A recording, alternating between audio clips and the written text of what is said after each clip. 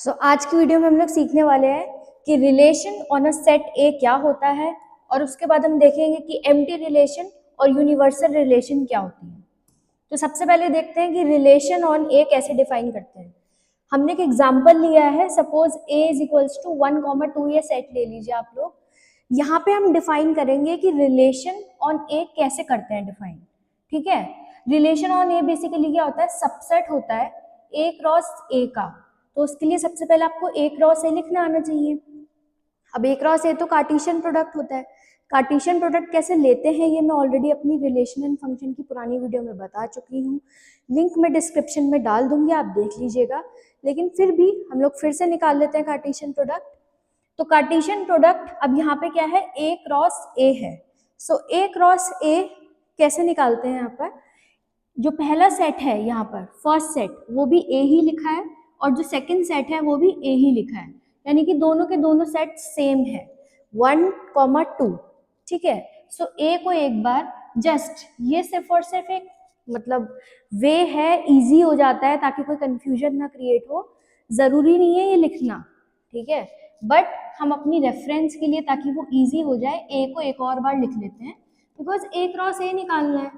ठीक है, और हमने सीखा था कि कार्टेशियन प्रोडक्ट में क्या आते हैं, ऑर्डर्ड पेयर्स आते हैं। सो ऑर्डर्ड पेयर कैसे बनते हैं, ऑर्डर्ड पेयर जब हम बनाएंगे तो पहला यहाँ पे एलिमेंट देखो, यहाँ से ए से ही आ रहा होगा।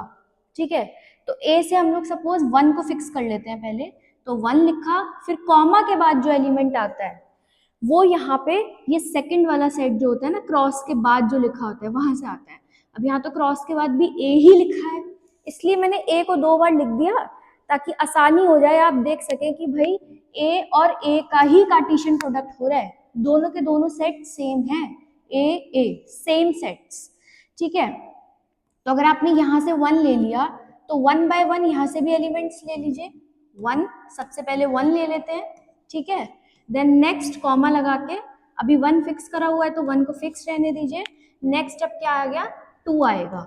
ठीक है, अब आप देख सकते हैं ये वाला सेट और ये वाला सेट दोनों सेम ही है, ए ही सेट है वो।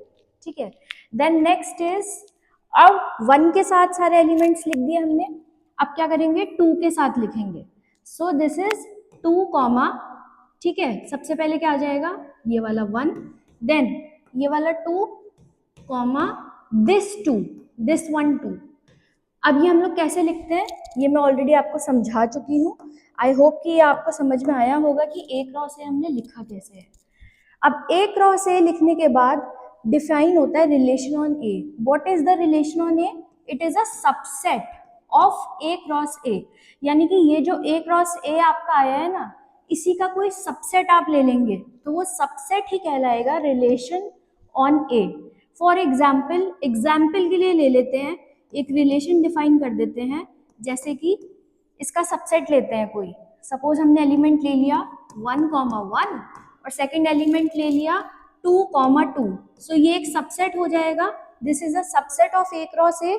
अगर ये ए क्रॉस ए का एक सबसेट है, so this is known as the relation on A, this is known as the relation on A, this one R. सो ये एक एग्जाम्पल है रिलेशन ऑन ए का। ठीक है, सबसेट्स तो इसके और भी बन सकते हैं, ये एक एग्जाम्पल लिया है हमने खाली। अब नेक्स्ट आएगा एम्प्टी रिलेशन। अब एम्प्टी रिलेशन को भी समझने के लिए ये सेम एग्जाम्पल ले लेते हैं, ए को मतलब यही ले लेते हैं 1, 2। ठीक है, तो जब ए को 1, 2 लिया और एक रिलेशन यहाँ पे डिफाइन कर दिया a, b such that a minus B is equals to 10।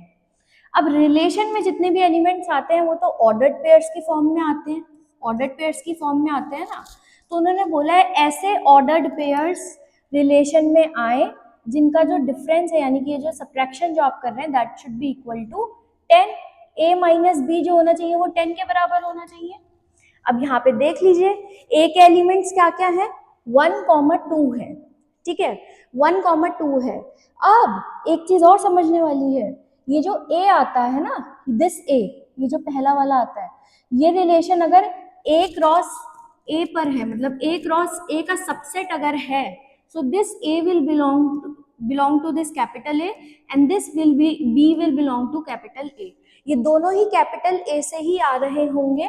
अगर जो रिलेशन है वो A क्रॉस A का अगर सबसेट है तो, ठीक है। सो यहाँ पर A क्रॉस A का ही सबसेट आ रहा है रिलेशन, ठीक है। सो यहाँ पे जो A और B होंगे वो दोनों A से ही आ रहे होंगे, सेट से। तो जो सेट है यहाँ पर A इज इक्वल्स टू 1, 2, उसी में चेक कर लीजिए कि डिफरेंस 10 बन सकता है क्या एलिमेंट्स का। 1 और 2 का डिफरेंस क्या होता है, 1 - 2 -1, या फिर 2 - 1 1। 10 तो नहीं आ रहा होगा। तो जब 10 डिफरेंस नहीं आ रहा तो हम क्या कह सकते हैं भाई, इसके अंदर कोई एलिमेंट आ सकता है। जब 10 डिफरेंस आ ही नहीं रहा है यहाँ पर तो कोई एलिमेंट ही नहीं आएगा। इसका मतलब ये क्या बचा, एम्प्टी बचा भाई, this is empty 5। So this is known as the empty relation. अब ये भी एक एग्जाम्पल है, एग्जाम्पल के थ्रू समझाया है।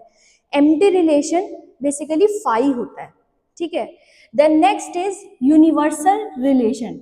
यूनिवर्सल रिलेशन क्या होती है, ये जो A क्रॉस A है ना, this A cross A, this is the universal relation.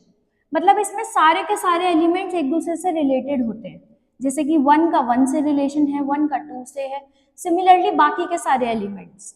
सो ये जो A क्रॉस A पूरा जो आप कार्टेशियन प्रोडक्ट निकालते हो relation on a set A, ये A क्रॉस A को ही यूनिवर्सल रिलेशन कहा जाता है।